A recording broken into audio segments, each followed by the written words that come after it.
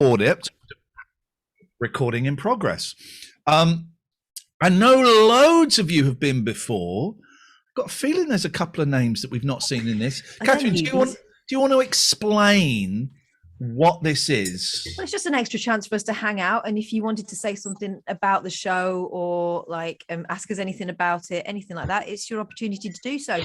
You don't have to put your camera on, and if we come to you, if you have got your camera on and you don't want to speak, then just give us that and we'll move on. So it's just a little opportunity to sort of talk semi-privately, really. I am going to upload. So I did my football thing. Hang on, this is me getting introduced on the football. Hang on.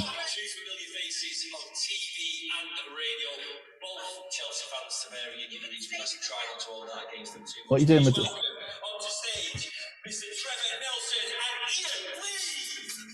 No applause. I tell you why there's no applause.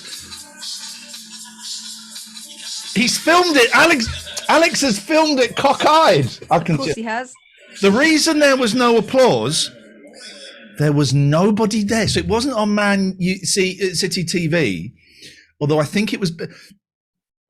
Yesterday was the weirdest experience I've ever had. And I kept thinking, oh my God, they've made a terrible mistake.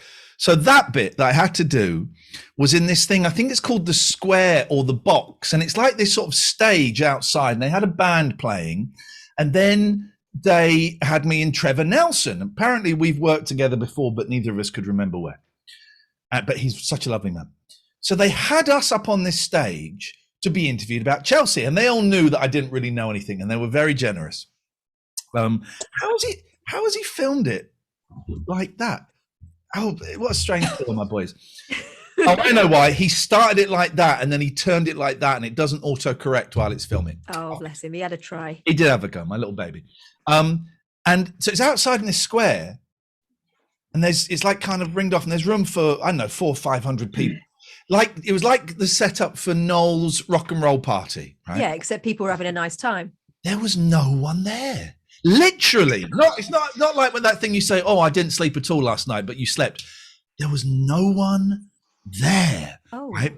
And so me and Trevor were being interviewed and no one was there. And it was the weirdest thing. It was 10 minutes and Trevor talked about, it was, technical about football. I gave my prediction of 3-1. I don't know. It's a lot of goals. It's a lot of goals. Well, I forgot that normal games don't go to penalties or anything. Anyway, so we did that. And then my second interview was during the intermission. And it was in a thing. It was in a thing called the Tunnel Club. Well, you'll hear all this again in the week. There's a thing called the Tunnel Club, which is like this kind of posh bar, right? So it's a bar and there's a lot of people talking. And it was me and this guy who I'd met years ago. I don't remember meeting him. It was at LBC. I remember the event. And we're stood in the middle of this bar with these microphones and he's interviewing me and I'm answering. No one's listening. One guy at the end came out for a picture, but no one's listening. No one's looking. People have got their backs to us and it's just noise. Now, I was cool with this because I have done stand-up gigs in pubs years ago where there's no one listening and you kind of get used to no one listening. So I was like just thinking, we got free tickets. I don't really care. My boys found it hilarious. I didn't embarrass them. So that was what I had to do. It was insane, right? I don't know if anyone here knows football. I like football now. But we got to walk in through the entrance that the players come in to the stadium on the blue carpet. And we showed them our tickets. And they said, oh, we'll take you to the chairman's club. Well, all right. What I imagined we were going to get, right, was we'd be in a kind of biggish room and there'd be like a buffet table with like nibbles, fingers, food and cans of Coke, right? And bottles of like a village cricket club. No, but posher, right? But posher. Yeah. And I walked in and me and the boy, I went, holy shit. It was, I don't know if you'll be able to see. Let me get this in focus because it was the poshest restaurant I have ever been in my life, right? And we had a 5-course meal, and I'd just taken the boys out for Mackie D's for breakfast because I didn't know what we were going to get. We had a 5-course meal. I had a chocolate cake with gold on it. It was nuts, right? And I said to the boys, and in the intermission we came in and there were cakes, and at the end after the game we came in and we had a cheese board, right? And I said to the boys, I don't know if we have to pay for this or if it's complimentary. And Kim, my youngest, is saying, why don't you just ask? And I said, Kim, one thing you're going to find out as you get older is I'm very, very weird, and I cannot just do like the I just can't. It fills me with embarrassment. And so he kept coming up with alternative ways. He said, well, why don't you ask if you have to pay? Why don't you ask how much it is? And he's come at all these alternatives. Anyway, one of the people came along who looked after us, and I said, this food, we have to pay, right? And she went, well, no, it's all complimentary. And it was the most incredible meal. We had lamb, I had a duck starter, chocolate cake with gold, cheese board, and it was all free. And it was so posh. And then when we went to our seats, we had they were leather seats outside. Leather seats. And we were right in the middle looking down. And if that's what football is like all the time, I am in. Football's a lot posher than I thought. It was incredible, and they treated my boys like royalty, and it was. That is one of the 5 poshest restaurants I've ever been in my life. I think that is what football's like all the time. If you're David Beckham, but for the rest of us, not so much. Your next game, Ian, why don't you go in the terraces at Millwall and see how you like it? The first football game I saw was Luton versus Millwall. Gosh, there's apparently it's okay to sing racist songs. It was incredible. I think I saw John Stapleton there. I was looking for celebrities, and I think I saw good old John Stapleton of the Loose Teeth. And here's the thing, right? In the stadium, we drove up Friday night. I mean, I've got COVID brain because I booked a hotel, and just before we left, I was like, right, I'm just going to check the booking and see where we're going. Linny cannot get back in as it still thinks she's in the room. All right, hang on, I've got to kick Linny out. I can't see where Linny is. Can anyone see Linny? Let's have a look. If she's above or below you, McPaul's, Michael, Jimbo, Linny. Oh, hang on, maybe she's here. Hang on a minute. Let me look down here. I can look on this alphabetical list.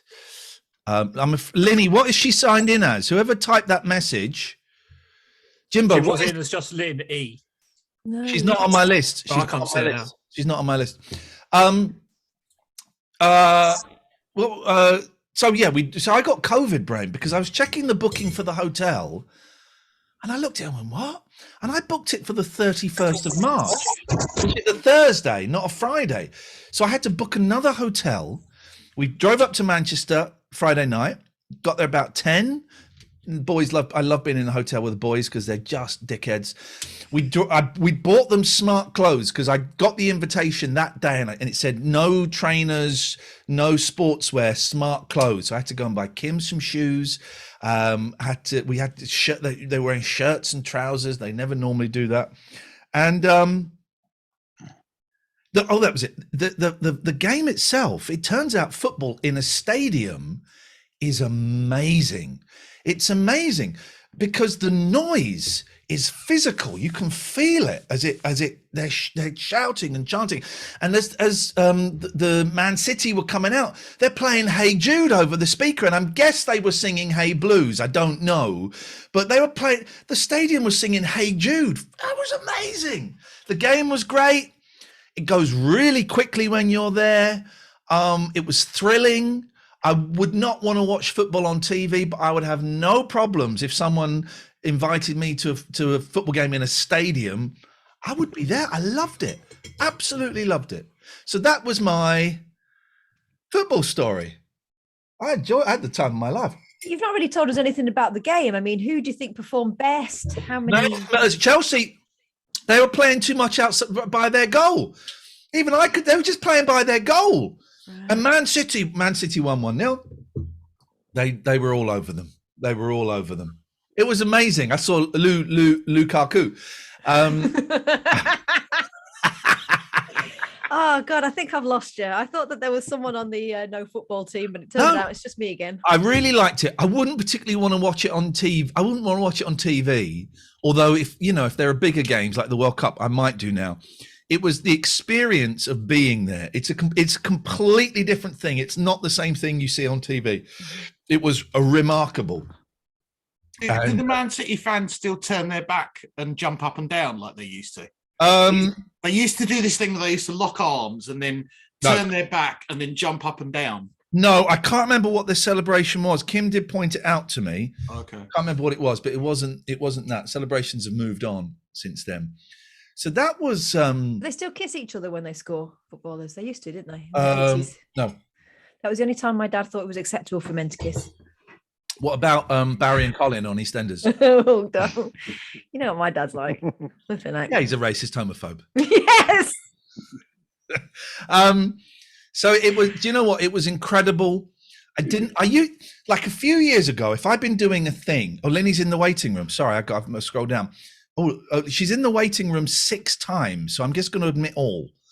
4 or 5 years ago, if I'd been doing something and there was no one there, I would have thought, oh my God, this is reduced circumstances. This is, like Hawkwind playing above a pub or something.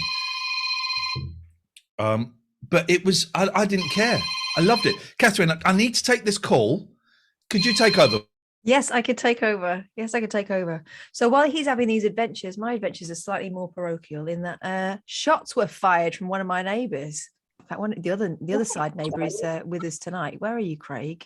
Not you.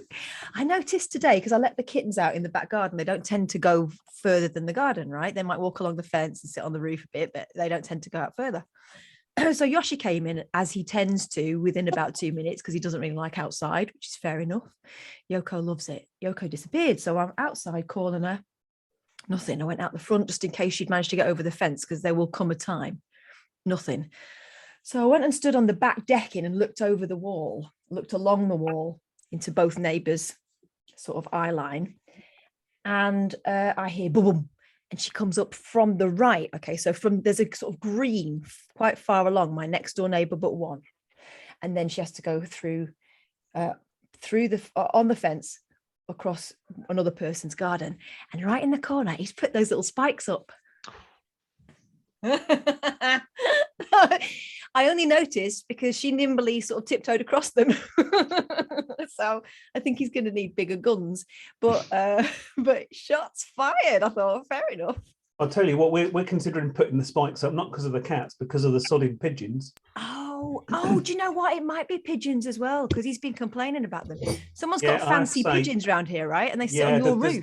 There's a whole load of them, and they're either on John's house or your house or our house. There's been a couple of times looking out my window and a flock of pigeons has literally come towards the window and then ducked up onto the roof at the last minute. And it's really noisy. Yeah. But then, of course, when they take off, they lighten their loads before they take off, and it's all over our patio. Catherine and I were talking to someone the other day, no names, no pack drill, but like a businessman. And then at the end, he said, I'm going to such and such because it's the biggest racing pigeon event in Europe. It's like, what? Yeah, it just came from nowhere. I didn't realise. I suppose I could have if I thought that people still do the racing pigeons. Well, I thought it was typically quite a northern pastime. Yeah, Jack Duckworth, isn't it?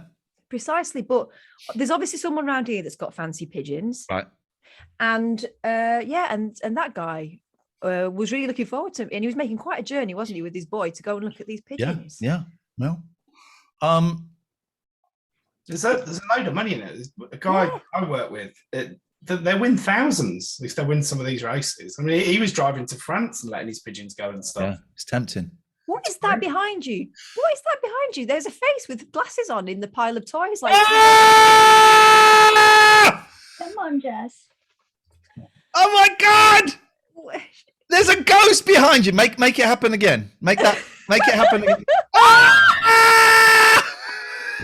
It was like that scene in E.T. No offense, but I was thinking, toy. Hang on. Also a basil.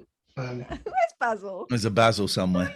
Yeah, So the weekend for me has been great, except for today. Today I woke up very stressed. I'm buying a car and it's so uncomfortable and so out of my comfort zone. I'm hoping to so I'm part exchanging my car as one does. Can you unpin James Hawkes, please? Oh, he's unpinned. Oh, not on my screen, he ain't. He's okay. Hang on. Come on. No, Jackie he's not Weaver. pinned. Oh, there we go. Right. Is that done it? Yeah. And so I've got to collect my. Oh God. I won't share all of the stories. So we'll do some on the show. But Friday was a nightmare because I left my wallet on a bus. Oh my God. I've got to pick my car up tomorrow, and it's just dawned on me. So it's the clutch that went, but there was also a problem with it. It doesn't start when you press the clutch. It starts when you press the brake. Yeah, I don't think that's supposed to happen. No. And I mentioned it to them twice at the start, but it hasn't been mentioned since. And my worry is I will phone them up tomorrow and say, did you fix that thing? Hey, Pat, did you fix that thing where it doesn't start with the clutch? And they're going to say no. And then my whole part exchange thing is thrown into chaos because I'm supposed to be getting my new car on Tuesday. It's being delivered by Rylan, I think, if the adverts are anything to go by. To be fair, though, if you've got a car where you have to press the brake to change gear and the clutch to brake, I think it probably is bigger problem. It's not quite as bad as that. It's just the starting. And I just, so this morning was full of worry and fear. I brought a new notebook, and one of the things I wrote down was, because I worried about two things. I've got to write a 4,000-word essay. So I wrote two things that are stressing me out now and what I can and what I can't do about them. And the thing about the car, I can't do anything until tomorrow morning when I make the phone call. Worst comes to the worst, I cancel I postpone or cancel the delivery of the car. It's the worst thing. Good, McPaul's nodding because I'm learning.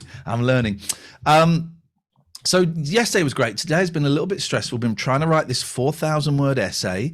And it is I hate it.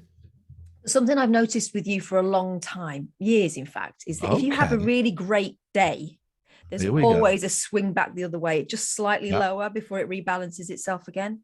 Shall I know that we have at least one other trainee counsellor in the room, so I'm going to read the title of the essay for Julie and for anyone else. So here's the title of the 4,000-word essay. How might you work with a client with whom you are ending counseling? What would you consider to be the issues in ending work with a client with reference to your theoretical models? Julie, you got it? I'll give you a tenner to do it for me. Jeez, I hate it. I'm trying. So it's working with a client. Hang on. Ending counseling. Has BAPT gone? Yeah. He's gone. We missed him. Sorry, Did Catherine. you say 4,000 words? Yes. That is a lot of words. It's a lot. How many are your essays normally? So I've just done one on theory, on person-centered theory, that was 3,000 words. And that was dry as bollocks. If bollocks are dry. My bollocks are quite damp, but okay. Yeah. So that one, I mean, it's a lot. But it's also... Have you had any endings with clients yet? Because they'll be expecting you to use. I've had one where she left after 3 sessions, so I'll put that in, and I'm approaching the end of one as we're approaching the end of our 12 sessions. Yeah. So yeah, I'll put those in. I see. The thing is, I know the stuff, but I don't know. I can't quote. And Carl Rogers said this, and Emmy Van Derzen in the Existentials did. I can't. That is what I struggle with. I can write it down. I know and I kind of know what it is, but I hate it. The title one more time. The title. All right. Okay. This is great. I like this. How might you work with a client with whom you are ending counseling? What would you consider to be the issues in ending work with a client with reference to your theoretical models? Good luck with that. Oh, Jesus, I'm teasing me. Right. Gatford, I see you got your hand up, but before we do that, because you're a mod, we should probably start this, Catherine. Yeah. So this is lovely little Zoom chat that we do for an hour, and I'm going to bed straight after this, and we love doing this. We appreciate and we thank you for your support, and all of the shows for the rest of this month are going to be paywall only because we missed a show, and I'm kind of thinking maybe we did the Radio Anywhere become the free shows after week 1, and I think that might be a little bit fairer for you guys. So mods to one side. Is there any of our £20 patrons that want to say anything? Have got any questions? Either put your hand up with the reactions button or wave your hand if you have anything that you want to say. Don't have to. It's not. I've got a question. Go on. Right, now we're going to get the definitive answer. I'm going to have to embarrass myself. Freddie, come to you in a second. I see your hand up. You can put your hand up at any time and I'll come to you. I'll come to you eventually. Ross, gotcha. I am going to embarrass myself one last time, but then the problem is solved. And the problem is my problem. It's not anyone else's problem. EOIN. How do I spell it? I'm aware I've probably got it wrong every single time, and it fills me with embarrassment because you're there all the time and I never get it right. So you asked the wrong question. EOIN is spelt EOIN. No, how do you pronounce it? Shush. Here we go. We're going to get unmute and we're going to get the definitive answer once and for all. It's Terry. Oh, it's Owen. Owen, it is Owen. I was going for a Ewan. Catherine, did you call it Owen? I think so, yeah. Because you call it, not you. It's not you. Did you call the situation? You kind of ignore the first E, is how I remember it. Okay, Owen, I'm so sorry, man. Thank you. I see you got a big boy T-shirt on. Big boy's been getting right on my nerves. Nothing changes there, then. I'm so sorry. Thank you, Owen. How are you doing? It's nice to have you here. Thank you, mate. It's nice to be here. Yeah, actually, I'm going to throw a bit of a spanner in here because I'm actually named after my grandfather, who was called John, and my mother called me Iain. Oh, I'm so sorry. Which is weird, you know. So it's actually Owen, but it's the Scottish version of Owen, which is pronounced Ian as well. So what? It's a weird mixture. Well, hang on. Now what are you saying? So you're saying that Owen, that version of Owen is Scottish Owen, but is pronounced Ian. Absolutely. But Ian is Ian. Everybody else calls me Owen. What do you want me? My God, I wish I'd opened this can of worms. Who do you want to be here, Terry? What do you want us to call you? I don't mind at all, mate. Ian, Owen, whatever you feel comfortable with. Good, call you a pain in the arse in a minute. All right. Well, I tell you what we're going to try and do. We're going to try and alternate each time. And thank you so much for your patience with that. I'm aware it's not great. Oh, we've got some people coming in. We've got Paul Chewbacca coming back in. Ready, Freddie. What you got? I've forgotten. I couldn't work out why I couldn't find you Friday, but I'd forgotten you're going to the football. Short notice cancellation. The Saki man, the singer, he was supposed to have been on Friday. This Friday, coming on this Friday. So this Friday. This Friday, the director and the Sushi Saki guy coming on this Friday. It's quite some story, and You said the Saki man. I thought you meant him. I didn't realise that. They're coming on Friday. And Catherine, you've got a guest coming on Wednesday, isn't it? Becky Holmes. Becky's someone I found on Twitter. I found her hilarious because she gets looking at another guest, targeted by a lot of these romance scamsters. But what she does, rather than just blocking them, is toys with them. And so she's currently having a very interesting relationship with both Keanu Reeves and the guy from Taken. What was his name? Particular set of skills. Anyway, Liam Neeson. Yeah, Liam Neeson. Apparently, his skills do not involve reading messages properly because he'll say things to her like, "How was your day?" And she'll say, "Oh, I had a lovely day. Thanks very much." And he'll say, "God, that's great." And she said, "Yeah, I've been knitting banana skins and wearing my ex-lover's faces as gloves." "Oh, that's great." They don't pay attention. She said, after the first sentence, you can say whatever you want to them. Anyway, so I thought she was just a funny Twitter account. It turns out she's done loads of research for a book on catfishing, basically, both in terms of romance catfishing, which tends to involve women as targets, and kind of more sexy stuff towards men, where men end up finding themselves filmed and blackmailed. So she's done loads of great stuff, and I can't wait to talk to her about it. She's so funny. She's so funny. I have someone I've approached as a guest. Catherine, does the name Scott Johnson remind you of anything?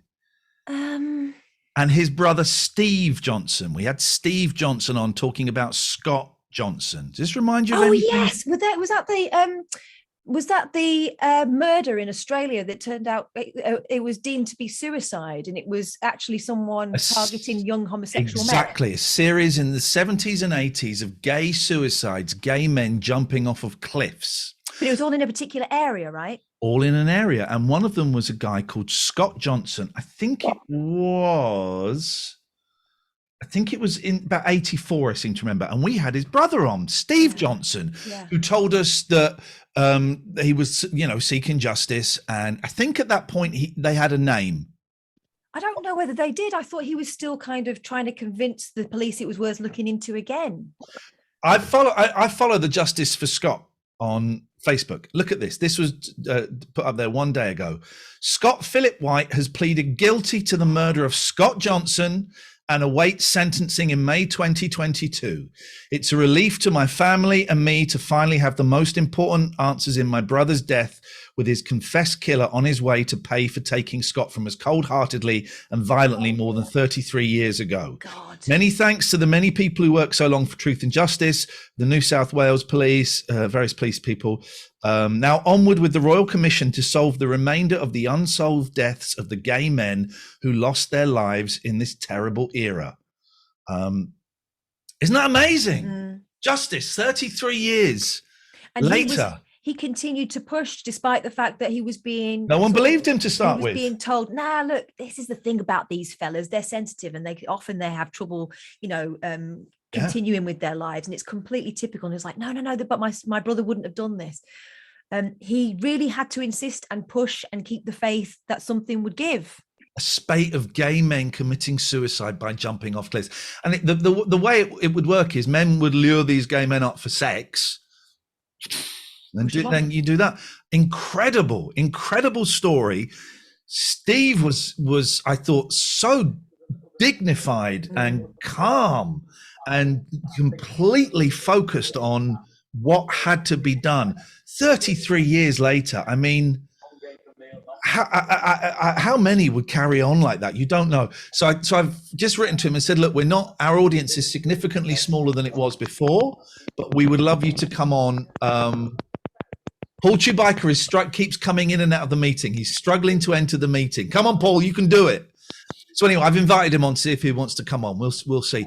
I'm keen to get more guests on the show. I think that will be fun. I've missed that. I was talking to Thomas Walsh in the DMs the other day, and we should definitely get him on. Yeah, let's get him on. Hilarious. Ross has got his hand up. Ross, I am asking you to unmute. Lovely to see you, brother. What have you got for us?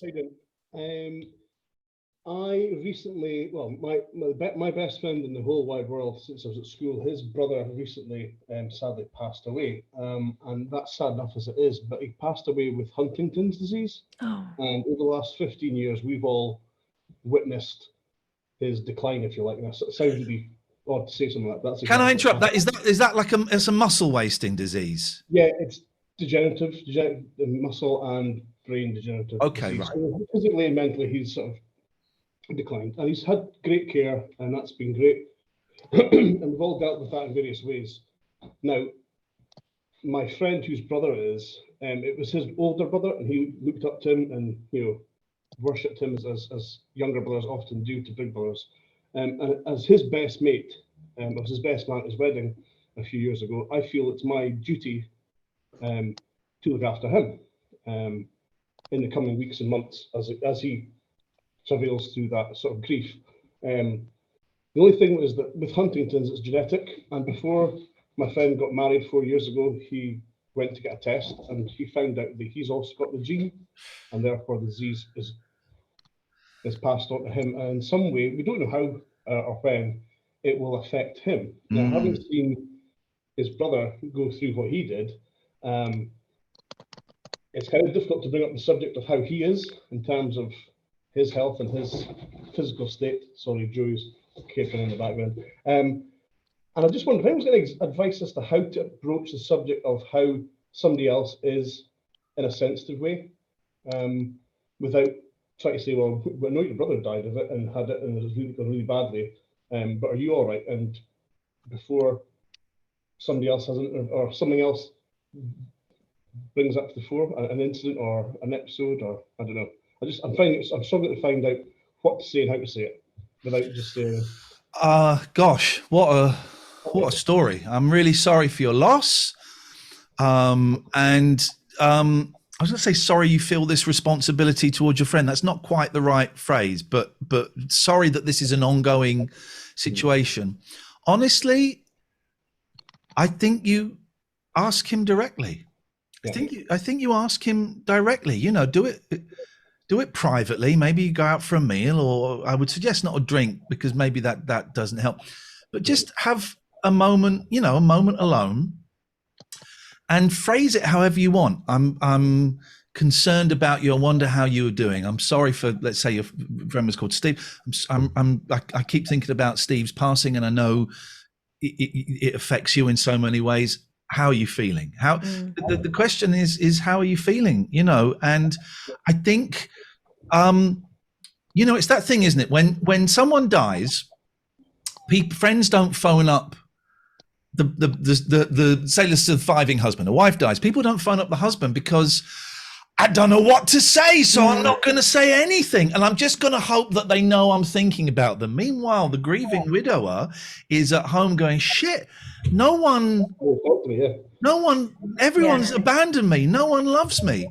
When all it takes is someone to phone up and say, I'm thinking of you, I'm guessing it's tough, if there's anything I can do.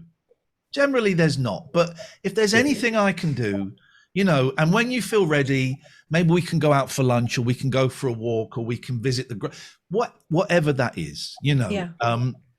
And a lot of human beings are scared of saying something in case we say the wrong thing. It comes from a place of love.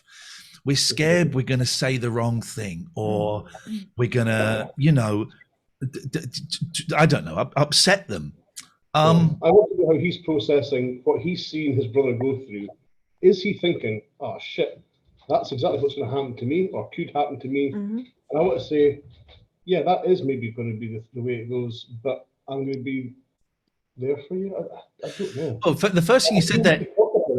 He's had therapy before. The whole. He's a normal sort of typical guy who doesn't want to talk about stuff, eh? And I want to make him aware that he doesn't have to be that. And I probably just have to say that to him, I suppose. Say that. And you've just said, is he thinking this? Well, ask him. You can ask him. And who knows? He might get really upset and tell you to F off. It's unlikely, but he might do if that's how he's processing the grief. And also there'll be grief around his his potential physical decline. Is he thinking that? Ask him. Go on, Catherine. I've been talking. I swore to myself that I would never not say something ever again after something happened with friends of mine when I was in my early 20s, and they'd started a family way before everybody else. They got married and started a family, and one of their babies died. And it happened while I was away. So there was that level of distance, but also, and it was pre-mobile phones as well. So it wasn't like I could shoot them a text, which again is a way of doing things if you don't want to have a conversation with somebody, or they don't want to have a conversation with you, but I didn't say anything. And it took too long for me to feel like meanwhile, they didn't know that anyone was, they didn't know. The assumption that they will understand that you're being respectful doesn't feel like that, right? And actually having spoken to them since, and I apologized to them, they said that, people were crossing the road and stuff out of awkwardness. What do you say to your friend whose baby's died, right? But I swore to myself after that, that I would never do that again. And now I find I can, I tend to phone friends or speak to friends, and I'll say, listen, I'm thinking of you. Just so you know, if you want to talk about it, or if you want to do something and not talk about it, I'm here. And that's it. You know, we could do something and not talk about it at all, because sometimes Yeah, they don't get normal for such a long time. But I think you need to stick your head around the door and just let them know you're there. But maybe the other conversation can wait. But first up, it's just a matter of. I'm a bit afraid of what I'm going to find or come up against in a couple of years' time, maybe when that happens to him. Yeah. But, well done for asking. I hope it doesn't sound patronising, because you know, a lot of people would sit on that stuff and push it away or whatever.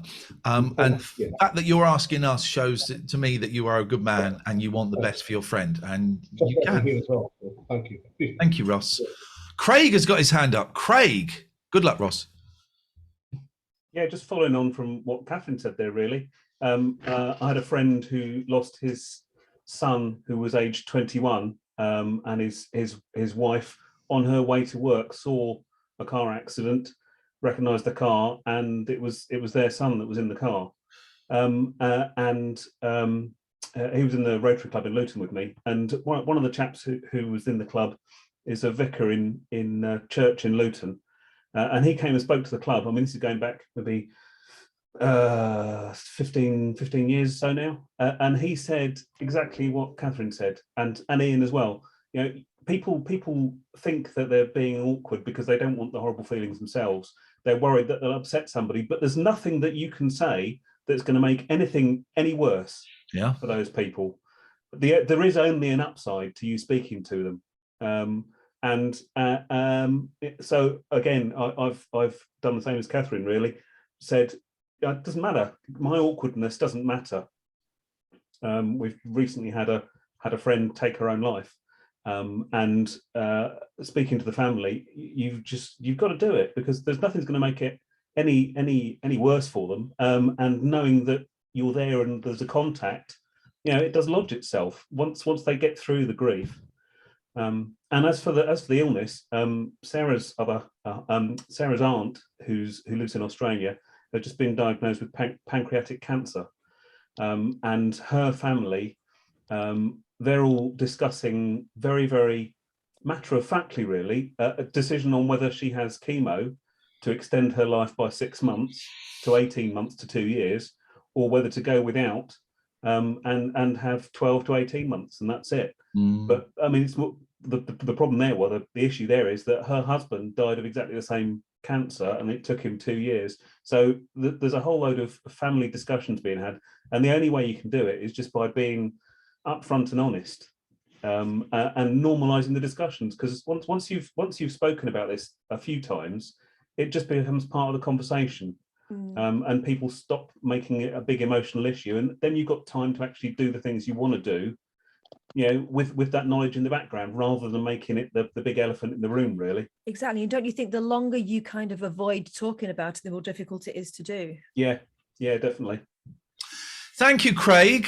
Thank you, everyone, for that. Paul Chewbacca there. Paul came to our live show in Luton, and we got told off after the live show because someone was setting off party poppers. And it's Paul Chewbacca. There we go. Look at that. Yeah, it was you. Repeat offender. He's a dirty offender. Look, he is rubbing it in our faces. You disgusting party popper guy. They're very impressive balloons, Paul. What's going on? Are they balloons? Special occasion, or is it just because it's the weekend? Do we allow him to unmute? We will allow him. It's my daughter's 18th birthday, so we had loads of balloons. I like it. I think it should be an everyday look. Fancy, innit? Yeah. It is fancy. It is fancy, Paul. You did it. You did it, brother. Well done. Some people are frightened of balloons, aren't they? Was that puff there because you had to blow them up? No, that puff is because I'm feeling a bit low. I'm doing quotes for work, and I hate doing quotes, and it just makes me feel crap. Well, do that part.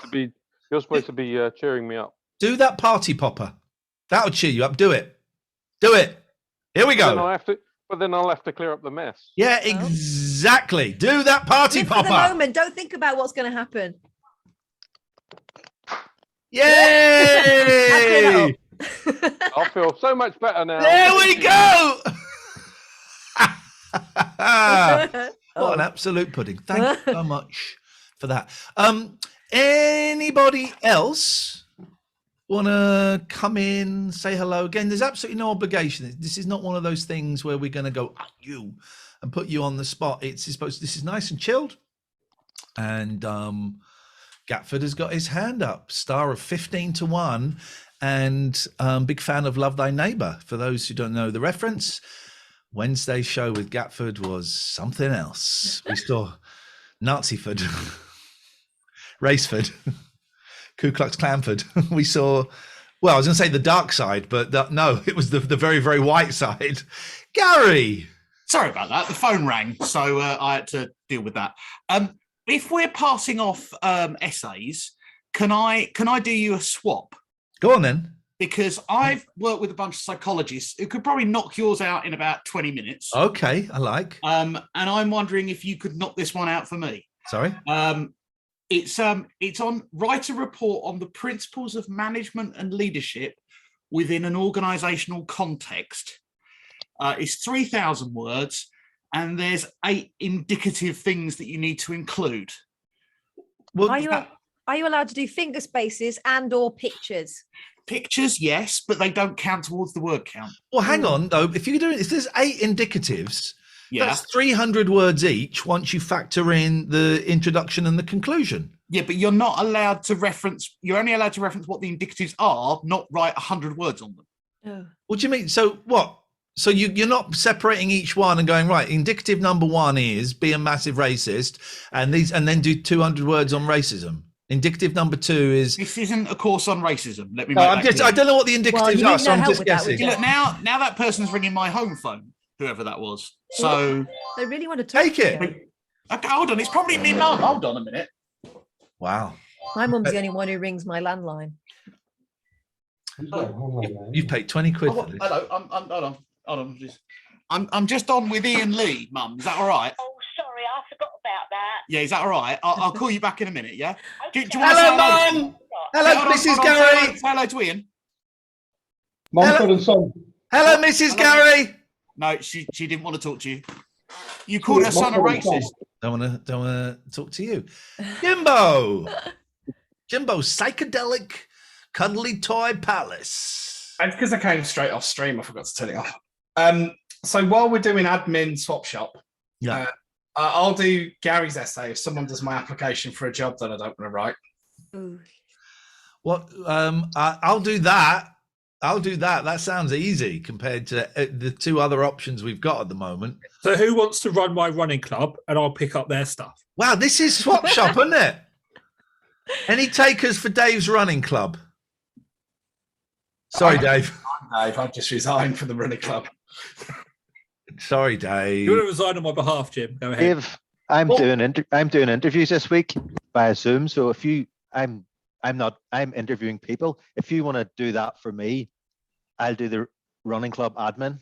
Yeah, I'll do the interview. I'm also doing interviews this week. Can I swap with you, Paul? Hang on, Gary. How did you unmute yourself? I think we're going to end up. We're all doing the interviews for Bodell. They're going to be in front of a panel. Jim and Gatford. Hiring's the fun bit. I don't mind doing that. I don't like applying for stuff. My CV needs doctoring and tailoring for the particular role, and it's a promotion. It's not like a sideways move. And then a decent cover letter. Well, while we're talking about interviewing, my younger daughter Charlotte and her other half went for new jobs in Milton Keynes this week, and they went to a careers fair in Middleton Hall in Milton Keynes. They both had follow-up interviews, and Charlotte was relating the fact that she was really, really, really, really, really nervous during the interview, and was just chatting. And it got halfway through, and she said something like "Let it go," and then she broke into song like the Frozen thing halfway through the interview, and she had to apologise. The fact that she sang during the interview, she said, "I've never ever done that before. I was so nervous." Did she get the job? She did. Yeah. Hey! Insane. She did say, and the woman said, when you start work, I'll tell them not to give you any coffee. That's amazing. No. It's the coffee actually makes me sleepy. She said, right, well, you're going to be getting coffee then. I'm going to ask a question that some of the older listeners will get. When Craig said chatting, what was the next thing that fired off in my head? Anybody?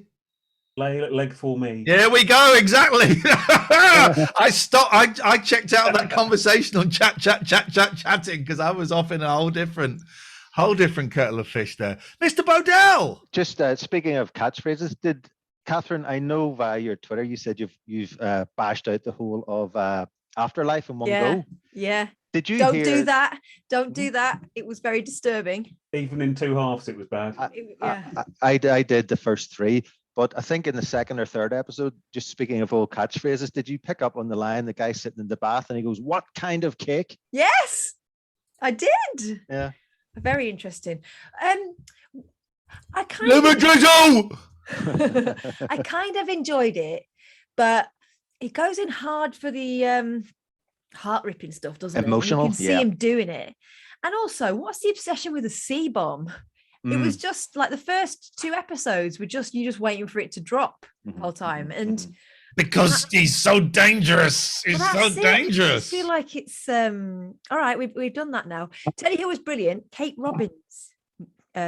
She has a small but potent role in it, and I thought she was brilliant.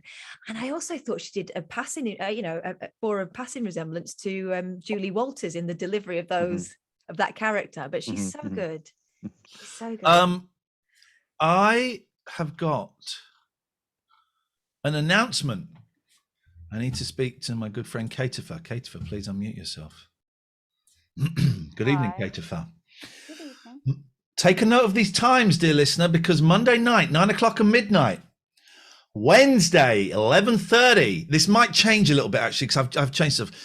But Thursday at 9, Friday at 8, Saturday at 11. The two you really need are tomorrow night at 9 p.m. and midnight, before and after the Iain Lee Pointless Phone-In. Katefa has got a show on radio anywhere. Now, here's the dangerous thing. I never listen to the shows until they go out. I like to hear it as a radio show. And she knows that. So there is a very, very strong chance it is full on white supremacist. Also, she's going to go full Gervais with the C-bombs. Could be. We don't know. Kate, would you like to just give a little introduction as to what your show is? I'm really, really looking forward to hearing it. It's basically an hour of my favorite sort of music. So it's sort of 70s and 80s, from basically inspired by a little club night I used to go to in the early 2000s called Love Retro, which used to be held in a tiny little nightclub underneath the Hilton Hotel in Bournemouth. And it was like a proper old nightclub. Like everything was marble, and there was a little dance floor, and there was a wall of TV screens. And I mean like old tube style TV screens, but a wall of them that they used to play. We used to like play films on them or something. And it was run by one of my brother's old school friends. And it was just like, it was 70s and 80s music that you didn't hear everywhere else. Yeah. You know, you went to Jumping Jacks and you'd get cheese, as we call it. But this was sort of good 70s and 80s music. But you might listen to it tomorrow night and think, my God, this is horrendous. But, you know. Oh, that's the beauty of these things, though. There is one song I do say that I'm subjecting you to it, not, But I can't wait to hear it. So the time, the schedule for the whole station has changed today. By the way, I spoke to the Nerdy T-shirt Club girls, and we're cool. I said to Matty, get rid of everything from now on, apart from my shows. In fact, let me just check he's not. Let me just check that he's not got rid of yours. We've still, hang on. I said get rid of everything. So I said get rid of everything that is not Fadson or Nerdy T-shirt Club. So the whole thing is going to be a whole lot cleaner and clearer, because just the picture of it in my head was annoying me. And then from Monday the 31st, it's just me. But yeah, so Kate, you're on tomorrow night at 9 and midnight after my show. After my show is the best slot, because then loads of people stay on. And you get to do the handover. I get to do the handover, and people stay on. I noticed that with Katya and with Dredge and with Alistair's that, my show's getting 350 now, which is great. It hit 400 the other day with the troll. And 150 people will stay on for the most of part of the show, whereas shows in the rest of the day, they get like 10 people. And sometimes the music gets more than the shows. So it's completely cleared, scaling back. I need to find some new sponsors for it to carry on. But Si, you had your name up, I believe. Your hand up, not name, your hand up.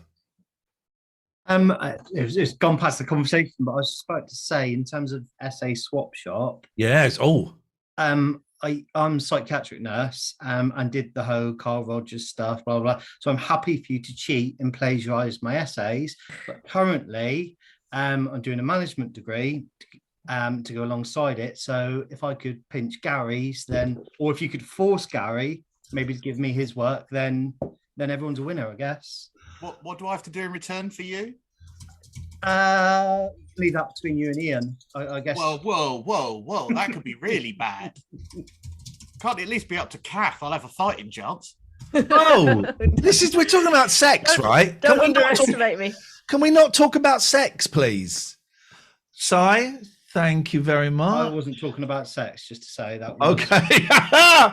Honestly, I've got 6 weeks and I've done about 1,000 words of a first draft. Oh, I hate it. The first essay I did quite well, got 70 out of 100, pass mark 50. Second essay I got 42.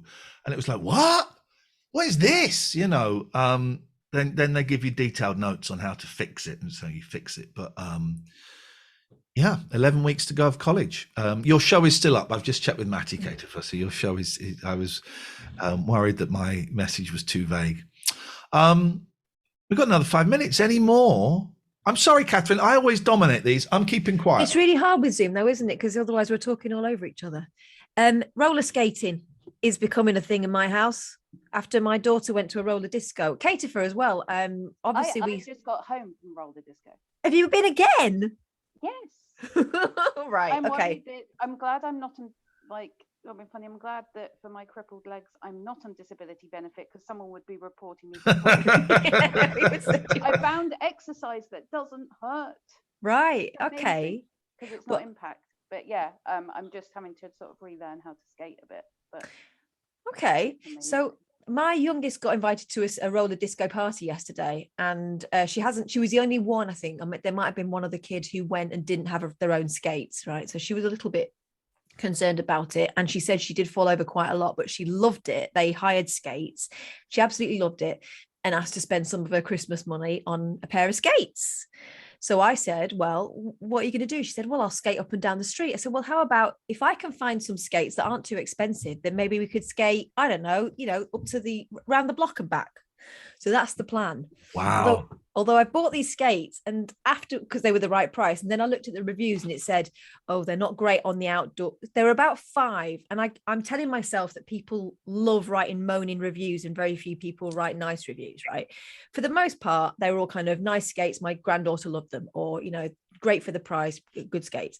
But there were a few where they said, oh, the wheels are a bit crappy and it's not great outside. It's all right on indoor rinks, but it's not great outside. So it may be a waste of time. You can change the wheels. Well, that's the thing. That's what I'm telling myself. Is it like disco boots or rollerblades? Like disco boots. Wow, but they were crap in the 70s. No, they weren't. They were brilliant. With the brakes on at the front. Yeah, the brakes on. With a stopper. But you've got to remember that this was an upgrade from the kind of Edwardian style lace-up wing nut. Oh, I used to have those. You fit them onto your shoes. Yeah, and they used to collapse halfway around the street. Yeah. They used to make the most awful noise. It'd be like.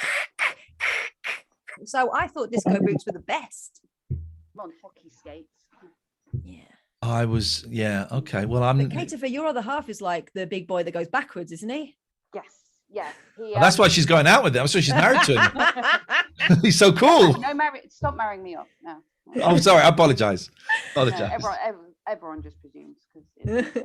But no, he hasn't. I mean, he's one of those people who hasn't skated properly for years. But he used to play rink hockey, like inline hockey. So he's just like Oh, I Stupid did. quick, can turn on a sixpence, can stop, jump, turn round, and everything. Today he was like, "There's a bench there. Should I go and try and jump over it?" I was like, "No, it's just going to end up like your teeth missing or something. You can't do it anymore because you're old." And I'm like, "No, he just." Put it down. Jimbo Sorry. says Chaz took her kids to roller skating too. It's obviously it's obviously in the zeitgeist. Yeah. Are you in the zeitgeist, or is it just the zeitgeist? It's the zeitgeist. It's the zeitgeist. Yeah. Okay. The spirit of the time. That's what it Okay. means, doesn't it? Well, you could Zeitgeist. still say then it's in the spirit of the time. You could. Do you know what? I don't think anyone's going to pull you up about it, Ian. So You would, use it. Catherine. I wouldn't. Although I'd just you've been pulling me up fewer times recently. So shows this week. Radio Anywhere tomorrow and Tuesday, 10 o'clock till midnight.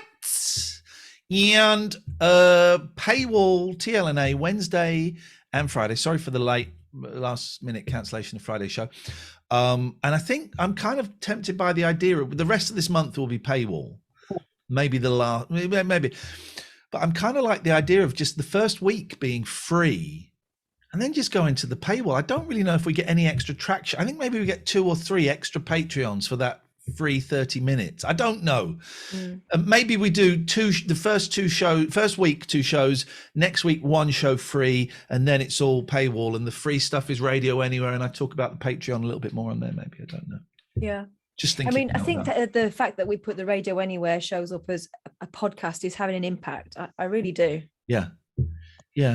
It's a strange old time at the moment. So I've got a tally on my wall. The next 3 months for me, really, really busy.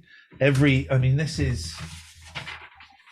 bought this weekly planner and I love it because it takes I would hold all of this information in my head, right? And it would stress me out. Now look, colors. Yellow is college and counseling. Green stuff is radios and shows. And I've got to put Wednesday. I'll put Wednesdays in. Oh no. Oh, hang on. You wait till you discover Google Calendar. Oh, I've got that, but it's a little bit too small for me. Although I've just realised I'm having a chat on Zoom about my vasectomy on Wednesday at 7 o'clock. So that's let's just stream it. That's a bugger. So I might have to. I've just sent the email out. I'm such a silly sausage. That's annoying.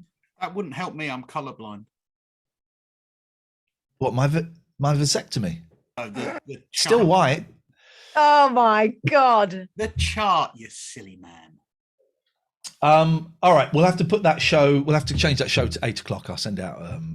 Does anyone else remember the Red Dwarf episode where Rimmer is doing his plan for his revisions, and he does this planning thing, and he plans it and plans it and plans it, and he then builds in time for actually planning his revision, and he gets to like the night before the exam, and all he's actually done is just redo his plan every single day.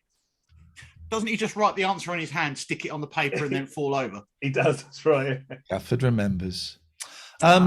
Team, we are done unless anybody has any burning desire to share.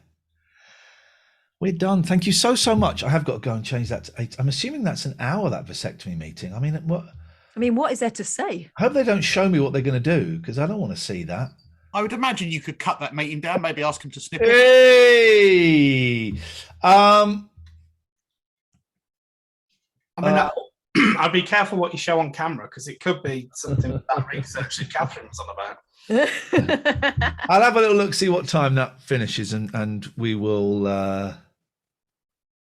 sort something out. It'll be all right. Thank you so much, everyone, for your support. It is gratefully appreciated, and we're so grateful that and we love doing this. This is for me is the highlight of Patreon, is coming and doing this, and it's not a show, and it's just a nice informal chat, and we get to say thank you to all of you lovely people, and it's nice and chill. Catherine, anything you want to say before I boot everyone out? No, just thank you very much for joining us, and we'll see you at some point in the week. Have a good one. Tutty bye, everybody. Thanks a lot. Bye.